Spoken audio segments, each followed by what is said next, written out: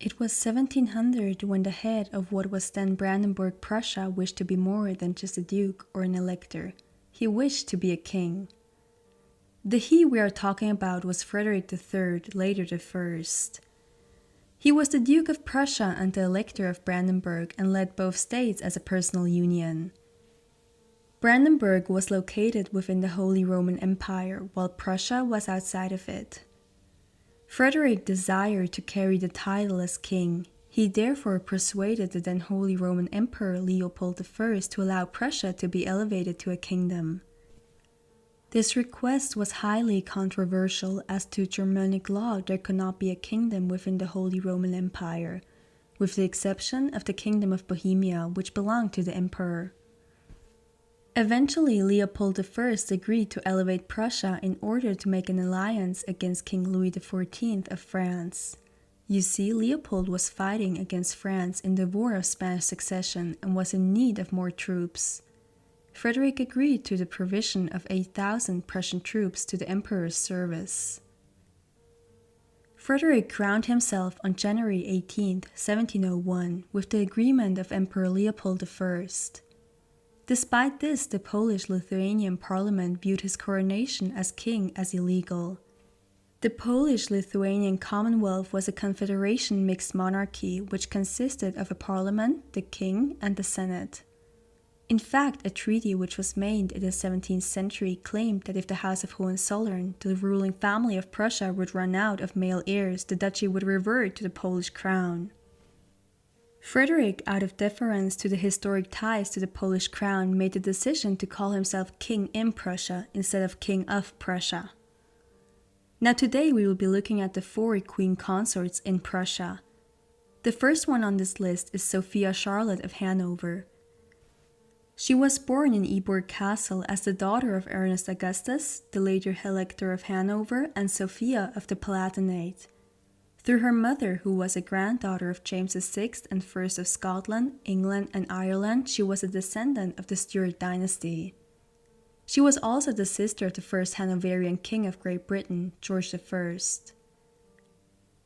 As a young girl, Sophia Charlotte and her mother often made visits to the French court in hopes of marrying her off to the Grand Dauphin. However, nothing ever came of these plans, and lastly she married Frederick William on October 8, 1684.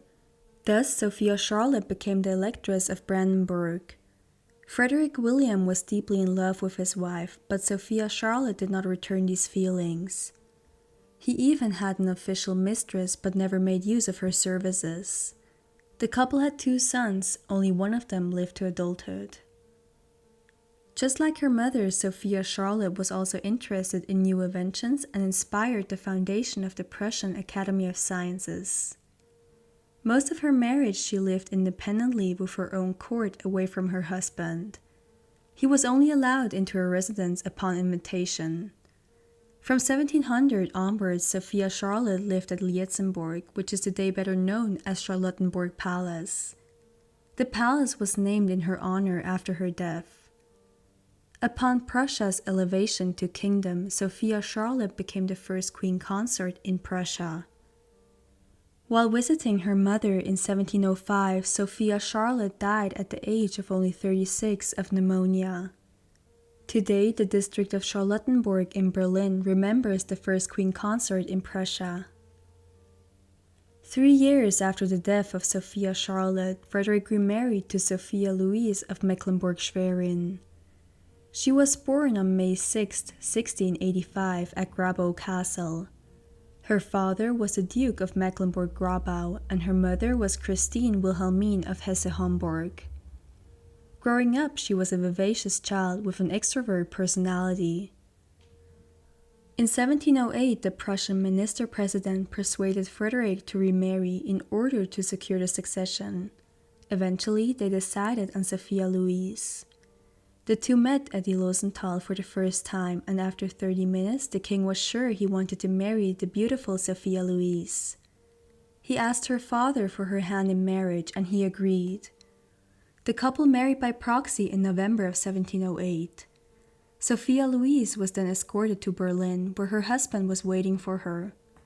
Her state entrance took place on the 27th of November, and their official wedding followed the next day. Shortly before the ceremony, the king was informed that his daughter-in-law was pregnant. He answered that would he have been aware of this, he would not have remarried. This put a dampener on the magnificent ceremony. Initially, Sophia Louise made a great impression at court, and the king was charmed by his new wife. However, it quickly turned out that Sophia Louise was badly prepared to be a queen consort and that she was not able to replace her predecessor, Sophia Charlotte. Consequently, Sophia Louise made no friends at court, and her only confidant was her lady-in-waiting, whom she took with her from Mecklenburg-Schwerin. Later, Sophia Louise laid down her outgoing personality and became more strict.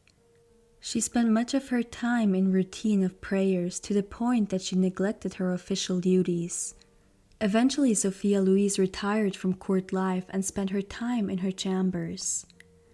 This was seen as a de facto separation from her husband. From this point onwards, she became even more obsessed with religious theology to the point of mania and fell into depression and mental derangement. Following this, she lost her ability to control herself and experienced violent outbreaks. The king was not aware of her mental state until one night the queen, dressed only in her nightgowns, rushed through the palace to his rooms, breaking through a glass door. Sophia Louise was bleeding heavily from the broken glass, but nevertheless began attacking the king. The king, who was suffering from fever, was suddenly awoken and began screaming until his attendants came. The next morning, Sophia Louise did not remember what she had done the past night. In January 1713, Sophia Louise was sent back to her family in Mecklenburg-Schwerin. A few weeks later, King Frederick I died. She lived out the remainder of her life at the residence of her mother. She died there on July 29, 1735. Frederick I was succeeded by his only surviving son, who became Frederick William I. His wife was Sophia Dorothea of Hanover. Yes, another Sophia. Sophia Dorothea was born in Hanover on March 16, 1687. She was the only daughter of the later King George I of Great Britain. After her parents' catastrophic marriage, she was divorced in 1695. Sophia Dorothea grew up under the care of her grandmother. Her first cousin and later husband, Frederick William I, also grew up at their grandmother's place, but due to his rebellious behavior, Sophia Dorothea disliked him. Nevertheless, the two cousins were married on November 28, 1706. It is said that Frederick William felt an attraction to her from an early age on. As such, when the question of his future wife was discussed, he was given two options: Princess Ulrika Eleonora of Sweden or Sophia Dorothea. The Swedish princess was preferred by his father, and so when an official was sent to Sweden to observe her, Frederick William persuaded him to make a bad report of Ulrika Eleonora. The two newlyweds could not have differed more from each other. While Sophia Dorothea showed keen interest in arts, music, and science, Frederick William was described as a Spartan military man with bad manners. As a result, he was never able to win her affection. The couple would have 14 children over the span of 23 years. One of them was the later Frederick the Great. Frederick grew up to have the same interests as his mother. He loved her dearly, and it is said that she had a huge influence on her son. While the sensitive Frederick enjoyed topics like philosophy, his father had no understanding of his son's interest. He treated Frederick harshly to the point that he planned an escape. Sophia Dorothea was aware of Frederick's plans. Sophia Dorothea planned to marry Frederick to her niece, Princess Amalia, the daughter of her brother, George II of Great Britain. Her eldest daughter in return should marry the British heir to the throne, Frederick. These thoughts would develop into one of Sophia Dorothea's dreams in order to secure an alliance between both nations. However, in the end, both would marry other royals. Despite a turbulent marriage, Sophia Dorothea cared for her husband during his illnesses. The king's last illness occurred in late 1739. He died in May 1740 and was succeeded by his son Frederick II. Frederick, who adored his mother, issued that his mother should be known as the king's mother rather than the dowager queen. In addition, he ordered that his mother take up the higher rank at court than his wife. When Sophia Dorothea addressed her son as Your Majesty, he interrupted her and said, "Always call me your son, that title is dearer to me than royal dignity." Sophia Dorothea died on June 28, 1757, while Frederick was on campaign during the 7 Years' War. Frederick was devastated by her death.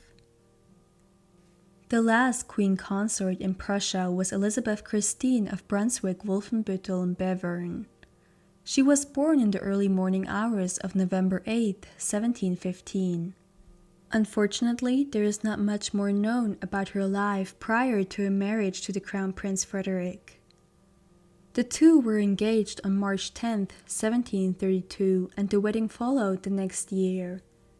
Their marriage was a result of a political alliance, as her aunt was the wife of the Holy Roman Emperor. Elizabeth Christine was therefore a first cousin to later Holy Roman Empress Maria Theresia. It is said that Frederick only spent an hour of their wedding night together before he went outside and wandered around for the rest of the night.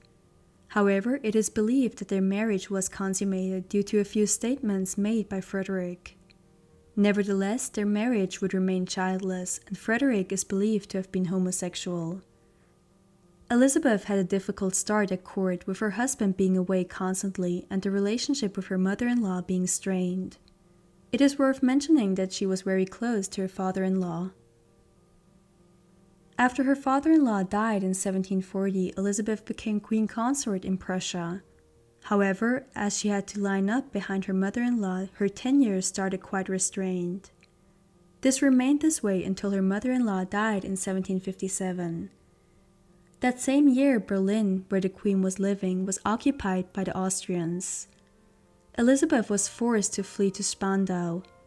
She was able to return 2 days later, but was then again forced to leave for Magdeburg, where she remained for the next few months. Only 2 years later, Berlin was again occupied, this time by the Russians, and Elizabeth returned to Magdeburg. It was only in 1763 that Elizabeth could return to Berlin. There, she was greeted by cheering crowds. Elizabeth is today remembered for her charity work during the wartime. In 1772, Frederick annexed Royal Prussia. This was a province of the Crown of the Kingdom of Poland. After its establishment, it retained its autonomy until it was fully integrated into the Kingdom of Poland. Their parliament was therefore incorporated into the Parliament of the Polish-Lithuanian Commonwealth. After its annexation, Royal Prussia became a province of West Prussia. From that point onwards, Frederick II declared himself officially King of Prussia. Consequently, Elizabeth was from that point on the Queen Consort of Prussia. To learn more about Elizabeth's last years, join me on next week's video, where we also meet the other Queen Consorts of Prussia. Thanks for watching.